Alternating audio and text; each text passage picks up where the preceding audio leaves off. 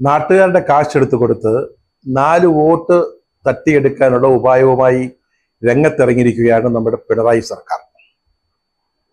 നമ്മുടെ നാട്ടിൽ ധാരാളം ക്ഷേമ പെൻഷനുകളുണ്ട്. അത് മുഴുവൻ കുടിശ്ശികയാണ്. കഴിഞ്ഞ നവംബർ മുതൽ 5 മാസത്തെ കുടിശ്ശിക കൊടുക്കാനുണ്ട്. ഇപ്പോൾ 2 ഗഡുക്കൾ കൊടുക്കാൻ തുടങ്ങിയതായി കേട്ടു. ബാക്കി 5 മാസത്തെ കുടിശ്ശികയാണ്. ഈ പെൻഷൻ വാങ്ങിച്ച് കഞ്ഞി കുടിക്കുന്ന ധാരാളം ആളുകൾ കേരളത്തിലുണ്ട്. ഈ പണം കിട്ടിയില്ലെങ്കിൽ, ഈ പെൻഷൻ കിട്ടിയില്ലെങ്കിൽ അവരിടഞ്ഞാൽ അത് വോട്ട് ബാങ്കിൽ പ്രതിഫലിക്കും. അപ്പൊ കാശ് എങ്ങനെയെങ്കിലും കൊടുത്തേ പറ്റൂ. കീശയിലാണെങ്കിൽ 4 കാശില്ല. എന്താ ചെയ്യുക? അങ്ങനത്തെ ഒരു വല്ലാത്ത പ്രതിസന്ധിയിലായിരുന്നു നമ്മുടെ സർക്കാരും ധനമന്ത്രി ബാലഗോപാലൻ സാറുമൊക്കെ. ഈ കുറുക്കന്റെ കണ്ണ നമ്മുടെ സർക്കാരിന് എപ്പോഴും കോഴിക്കൂട്ടിലോട്ടായിരിക്കും ശ്രദ്ധ. എവിടെയെങ്കിലും 4 കാശ് കിട്ടിയിട്ടുണ്ടെന്ന് അറിഞ്ഞാൽ പിന്നെ അതിന്മേലാണ് അതെങ്ങനെ വസൂലാക്കാം. അതാണ് സർക്കാരിൻ്റെ ലക്ഷ്യം. കടമെങ്കിൽ കടം, നിക്ഷേപമെങ്കിൽ നിക്ഷേപം. 4 ചക്രമുണ്ടോ അവിടെ സർക്കാരുണ്ട്, സർക്കാരിൻ്റെ കണ്ണുണ്ട്. അത് മണത്തറിയാൻ അപാര ഘ്രാണശക്തിയാണ് നമ്മുടെ ഗവൺമെന്റിന്. നമ്മുടെ സഹകരണ ബാങ്കുകളും സഹകരണ സ്ഥാപനങ്ങളും വർഷം തോറും നിക്ഷേപ സമാഹരണ യജ്ഞം നടക്കും. നാട്ടുകാരിൽ നിന്ന് നിക്ഷേപം സ്വീകരിക്കുന്ന ഒരു അവസരമാണത്. ഈ വർഷത്തെ ഈ യജ്ഞം, നിക്ഷേപ സമാഹരണ യജ്ഞം പൂർത്തിയായി. 24,000 കോടി രൂപയോളം നിക്ഷേപമായി ലഭിച്ചു എന്നാണ് കണക്ക്. ഈ കരുവന്നൂർ ബാങ്ക് അല്ലെങ്കിൽ കണ്ടള ബാങ്ക്, ഇതിനെക്കുറിച്ചുള്ള കഥകളൊക്കെ നമ്മൾ നിത്യം കേട്ടുകൊണ്ടിരിക്കുക. അന്വേഷണം നടക്കുക, പലരും അകത്ത് പോകാൻ പോവുക.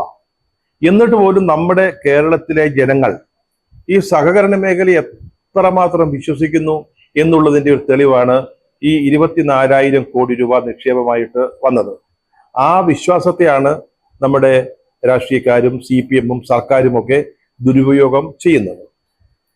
പെൻഷൻ കൊടുത്തില്ലെങ്കിൽ 18ന്റെ പണി കിട്ടുമെന്ന് മനസ്സിലാക്കി വേപത് കൊണ്ടുവരുന്ന നമ്മുടെ ധനമന്ത്രി ബാലഗോപാലൻ സാറ് ഈ കാര്യം മനസ്സിലാക്കി. അദ്ദേഹത്തിന്റെ വകുപ്പിലാണല്ലോ ഈ യജ്ഞം നടക്കുന്നത്.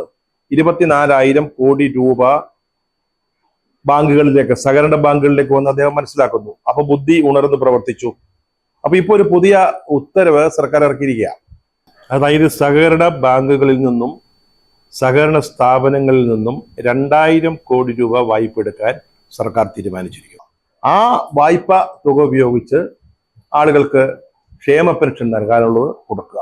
അതാണ് ഇപ്പോഴത്തെ തീരുമാനം. ഇതൊരു പുതിയ ഏർപ്പാടല്ല. ഇങ്ങനെ പണം കടം വാങ്ങുന്നതിന് സർക്കാർ ഒരു കമ്പനി തന്നെ ഉണ്ടാക്കിയിട്ടുണ്ട്. Kerala social security pension company എന്നാണ് അതിൻ്റെ പേര്. നമ്മുടെ കിപ്പി മാതൃകയില. ഇവർക്ക് ഒരു ജോലിയേ ഉള്ളൂ, എവിടുന്നെങ്കിലും പണം വായ്പ വാങ്ങുക, എന്നിട്ട് ആ പണം ക്ഷേമ പെൻഷൻ നൽകാനുള്ളവർക്ക് നൽകുക. ഇത് ഒരു ഇടനിലക്കാരനെ പോലെ പ്രവർത്തിക്കുന്ന ഒരു സ്ഥാപനമാണ് ഈ Kerala social security pension company എന്ന് പറയുന്നത്. ഒരു നയാ പൈസ ലാഭം ഉണ്ടാക്കാനുള്ള പ്രൊവിഷൻ ഈ കമ്പനിയിലില്ല. സാധാരണ കമ്പനികൾ ആരംഭിക്കുന്നത്, വ്യവസായ സ്ഥാപനങ്ങൾ ആരംഭിക്കുന്നത് എന്തെങ്കിലും ബിസിനസ് ചെയ്ത് ലാഭം ഉണ്ടാക്കാൻ വേണ്ടിയാണ്. അതിനാണ് നമ്മൾ വായ്പ എടുക്കുന്നത്. ബാങ്കുകൾ വായ്പ നൽകും, അല്ലെങ്കിൽ മറ്റ് ധനകാര്യ സ്ഥാപനങ്ങൾ വായ്പ നൽകും. അങ്ങനെ ആ പണം ഉപയോഗിച്ച് നമ്മൾ ബിസിനസ് ചെയ്യും. എന്തെങ്കിലുമൊക്കെ ഉൽപ്പാദിപ്പിച്ച് അത് വിറ്റ് ലാഭം ഉണ്ടാക്കാൻ ശ്രമിക്കും. എന്നിട്ട് ആ ലാഭത്തിൽ നിന്ന് നമ്മൾ വായ്പ അടയ്ക്കും, അതിനുള്ള പലിശ കൊടുക്കുകയും ചെയ്യും. അതാണ് യഥാർത്ഥ ബിസിനസ് മോഡൽ എന്ന് പറയുന്നത്. അങ്ങനെയാണ് എല്ലാവരും ചെയ്യുന്നത്. ഇപ്പൊ അദാനി ബാങ്കുകളിൽ നിന്ന് വലിയ തോതിൽ വലിയ തുകകൾ വാങ്ങാറുണ്ട്, അംബാനി വാങ്ങാറുണ്ട്, എല്ലാ കമ്പനികളും വാങ്ങും. ബാങ്കുകളുടെ പണം ഉപയോഗിച്ചാണ് പലരും ബിസിനസ് നടത്തുന്നത്, അല്ലെങ്കിൽ സ്ഥാപനങ്ങൾ നടത്തുന്നത്. പക്ഷെ അതൊക്കെ വായ്പയായി വാങ്ങിയ പണം കൊടുക്കാതിരിക്കാനല്ല, പലിശ ചേർത്ത് കൊടുക്കാനാണ്. എങ്കിലേ ബാങ്കുകൾ വീണ്ടും നമുക്ക് വായ്പ നൽകത്തുള്ളൂ. പക്ഷെ നമ്മുടെ ഈ കമ്പനിയുടെ കാര്യത്തിൽ അങ്ങനെയല്ല നടപ്പ്. നമ്മൾ വായ്പ വാങ്ങും, വായ്പ തിരിച്ചു കൊടുക്കത്തില്ല. കാരണം ഈ വായ്പ തരുന്നതാരാ? സഹകരണ സ്ഥാപനങ്ങളാ, സഹകരണ ബാങ്കുകളാ, അല്ലെങ്കിൽ സർക്കാർ ചിട്ടിയ KSFE, അവിടെ നിന്ന് വാങ്ങുന്നുണ്ട് ഈ company. Social security pension company അവിടെ നിന്ന് പണം വാങ്ങുന്നുണ്ട്. അപ്പൊ അവർക്ക് കൊടുത്തില്ലെങ്കിലും കുഴപ്പമില്ല. ആരാ ഈ സഹകരണ സ്ഥാപനങ്ങൾ നടത്തുന്നത്, അല്ലെങ്കിൽ ചിട്ടിയുടെ ചുമതലക്കാരാരാ? കേരള സർക്കാരാ. കേരള സർക്കാർ പറഞ്ഞിട്ടാണ് ഈ കമ്പനി കടം വാങ്ങി ഈ ആളുകൾക്ക് പെൻഷൻ കൊടുക്കുന്നത്. അപ്പോൾ ആളുകൾ സഹകരണ സ്ഥാപനങ്ങളിലാണെങ്കിലും അല്ലെങ്കിൽ നമ്മുടെ സർക്കാർ ചിട്ടിയിലാണെങ്കിലും കിട്ടുന്ന പണമാണ് ഇങ്ങനെ ഉൽപാദനക്ഷമമല്ലാത്ത കാര്യങ്ങൾക്ക് വേണ്ടി പെൻഷൻ പോലെയുള്ള തുകകൾ നൽകുന്നതിന് വേണ്ടി ഉപയോഗിക്കുന്നത്. അപ്പോഴൊരു ചോദ്യം ഉയരും, ഈ വായ്പ വാങ്ങിയതിന് നമ്മൾ എവിടുന്ന പലിശ കൊടുക്കുക?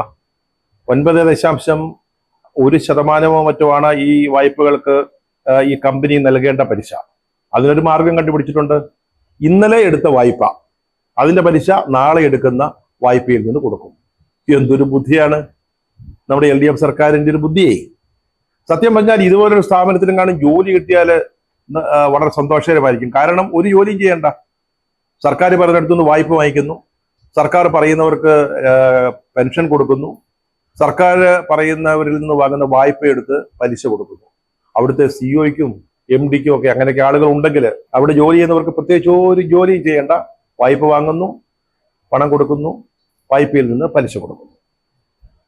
ഈ സോഷ്യൽ സെക്യൂരിറ്റി പെൻഷൻ കമ്പനി വാങ്ങുന്ന വായ്പയ്ക്ക് 1 വർഷമാണ് കാലാവധി.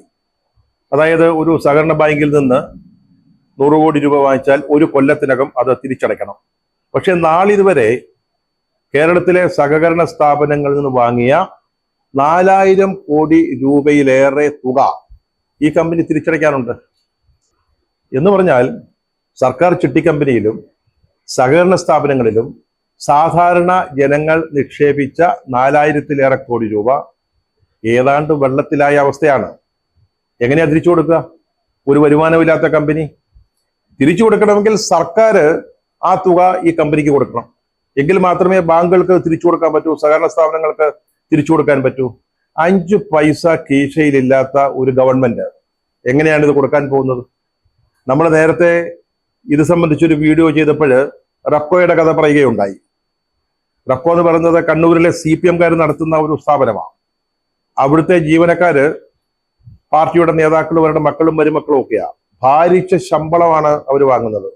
ആ കമ്പനി അങ്ങേയറ്റം നഷ്ടത്തിലാണ് പ്രവർത്തിക്കുന്നത്. പാപ്പരടിച്ചിരിക്കുകയാണെന്ന് വേണേൽ പറയാം. പക്ഷേ ശമ്പളം മുടങ്ങാറില്ല. കാരണം പാർട്ടിയുടെ ആളുകളാണ് ശമ്പളക്കാര്. അവർക്ക് ശമ്പളം കൊടുത്തില്ലെങ്കിൽ കണ്ണൂരിലെ പാർട്ടി വിവരമറിയും. അതുകൊണ്ട് സർക്കാരിൽ നിന്ന് അഥവാ സഹകരണ സ്ഥാപനങ്ങളിൽ നിന്ന് കോടികൾ വാങ്ങുന്നു, ശമ്പളം കൊടുക്കുന്നു. അങ്ങനെയാണ് റബ്കോ 450 കോടി രൂപ സഹകരണ സ്ഥാപനങ്ങൾക്ക് നൽകേണ്ട അവസ്ഥയിൽ എത്തി നിൽക്കുന്നത്. സഹകരണ ബാങ്കുകളിലെയും സ്ഥാപനങ്ങളിലെയും വായ്പാ തട്ടിപ്പിനെ കുറിച്ച്, പാർട്ടിക്കാർ നടത്തുന്ന കൊള്ളയെക്കുറിച്ച് ധാരാളം വാർത്തകൾ വന്നുകൊണ്ടിരിക്കുക. EDയുടെ അന്വേഷണം നടക്കുക. 11ഓളം പുതിയ ബാങ്കുകൾ അന്വേഷണത്തിന്റെ പരിധിയിൽ വരുന്നു. ഈ സാഹചര്യത്തിലാണ് സർക്കാർ കൊള്ളക്കിറങ്ങിയിരിക്കുന്നത്. നേരത്തെയും പണം വാങ്ങിയിട്ടുണ്ട്. ആ വകയിലാണ് 4000 കോടി രൂപ ഇപ്പോൾ നൽകാനുള്ളത്. കഴിഞ്ഞ വർഷം ആദ്യം 2000 കോടി രൂപയും പിന്നീട് 1500 കോടി രൂപയും വാങ്ങാനായിരുന്നു ഗവൺമെന്റ് തീരുമാനിച്ചിരുന്നത്. അതിനുള്ള കടലാസുകളൊക്കെ ഇറങ്ങുകയും ചെയ്തു. 2000 കോടി കിട്ടി കേട്ടോ. പക്ഷേ ബാക്കി 1500 വേണ്ട പോലെ പിരിച്ചെടുക്കാൻ പറ്റിയില്ല. ബാങ്കുകൾക്ക് കാര്യം മനസ്സിലായി. ഈ പണം കൊടുത്താൽ പോയത് തന്നെയാണ്, നിക്ഷേപകർക്ക് കൊടുക്കാൻ സാധിക്കില്ല. അതുകൊണ്ട് ഈ 1500 കോടി രൂപ ലക്ഷ്യമിട്ടെടുത്ത് 500 കോടി രൂപ പോലും സമാഹരിക്കാൻ സാധിച്ചില്ല. ആ സാഹചര്യത്തിലാണ് ഇപ്പോൾ തെരഞ്ഞെടുപ്പിന് മുമ്പായിട്ട്, ആളുകൾ വോട്ട് ചെയ്യാൻ പോകുന്നതിന് മുമ്പായിട്ട് എങ്ങനെയെങ്കിലും ഈ പെൻഷൻ തുക കൊടുക്കണം എന്ന ഉദ്ദേശത്തോടുകൂടി സഹകരണ സ്ഥാപനങ്ങളിൽ നിന്ന്, ബാങ്കുകളിൽ നിന്ന് 2000 കോടി രൂപ വാങ്ങാനായി സർക്കാർ തീരുമാനിച്ചിരിക്കുന്നത്. യാതൊരു സംശയമില്ല, അത് ലഭിക്കുന്നതിന് വേണ്ടിയുള്ള സമ്മർദ്ദം സർക്കാരിന്റെ ഭാഗത്തുനിന്നുണ്ടാവും. ഈ 2000 കോടി രൂപയും കേരളത്തിലെ നിക്ഷേപകർക്ക് നഷ്ടപ്പെടുവാൻ പോവുകയാണെന്ന് നമുക്ക് ന്യായമായി സംശയിക്കാം. ഈ ബജറ്റിൽ വലിയ വലിയ പ്രഖ്യാപനങ്ങൾ നടത്താൻ, പെൻഷൻ തുക ഇരട്ടിപ്പിക്കാൻ, പുതിയ പുതിയ പെൻഷനുകൾ അവതരിപ്പിക്കാൻ അല്ലെങ്കിൽ പ്രഖ്യാപിക്കാൻ അരപ്പായ കടലാസിന്റെ ചെലവേ ഉള്ളൂ. പക്ഷെ ഇത് കൊടുക്കുന്ന കാര്യം ആലോചിക്കുമ്പോഴാണ് അതൊരിക്കലും ഒരു സർക്കാരും നോക്കാറില്ല. ഇപ്പോൾ പണം കൊടുക്കാനില്ലാതെ വന്നപ്പോൾ, കുടിശ്ശിക അങ്ങനെ പെരുകിയപ്പോൾ സർക്കാർ എന്താ ചെയ്യുന്നത്? സാധാരണക്കാരായ ആളുകളുടെ ചട്ടിയിൽ കൈയിട്ട് വാരുക. ബാങ്കിലും സർക്കാർ ചിട്ടിയിലൊക്കെ നിക്ഷേപിച്ച ആളുകളുടെ അവരുടെ നിക്ഷേപത്തിൽ നിന്ന് പണം വസൂലാക്കി ഈ പെൻഷൻ കൊടുത്തു തീർക്കാനായിട്ട് ശ്രമിക്കുക. വാസ്തവത്തിൽ ഇതൊരു കൊള്ളയാണ്. കാരണം അവർക്ക് ആളുകളുടെ മുമ്പിൽ നല്ല പിള്ള ചമയണം, അവർക്ക് വോട്ട് കിട്ടണം. അതിനുവേണ്ടിയാണ് സാധാരണക്കാരുടെ പണമെടുത്ത് സർക്കാർ ദീപാവലി കുളിക്കുന്നത്. ഇതുപോലൊരു നാണം കെട്ട സർക്കാർ സാധാരണക്കാരന്റെ ചട്ടിയിൽ കൈയിട്ട് വാരി ഉപജീവനം കഴിക്കുന്ന ഒരു ഗവൺമെന്റ് നേരത്തെ ഉണ്ടായിട്ടുണ്ടെന്ന് തോന്നുന്നില്ല. കഴിഞ്ഞ CAG റിപ്പോർട്ടിൽ, അതായത് കംട്രോളർ ആൻഡ് ഓഡിറ്റർ ജനറലുടെ റിപ്പോർട്ടിൽ ഈ കമ്പനിയെക്കുറിച്ച്, അതായത് സോഷ്യൽ സെക്യൂരിറ്റി പെൻഷൻ കമ്പനിയെക്കുറിച്ച് 4-5 പാരഗ്രാഫ് പ്രശംസാ വചനങ്ങൾ അവരെഴുതി ചേർത്തിട്ടുണ്ട്.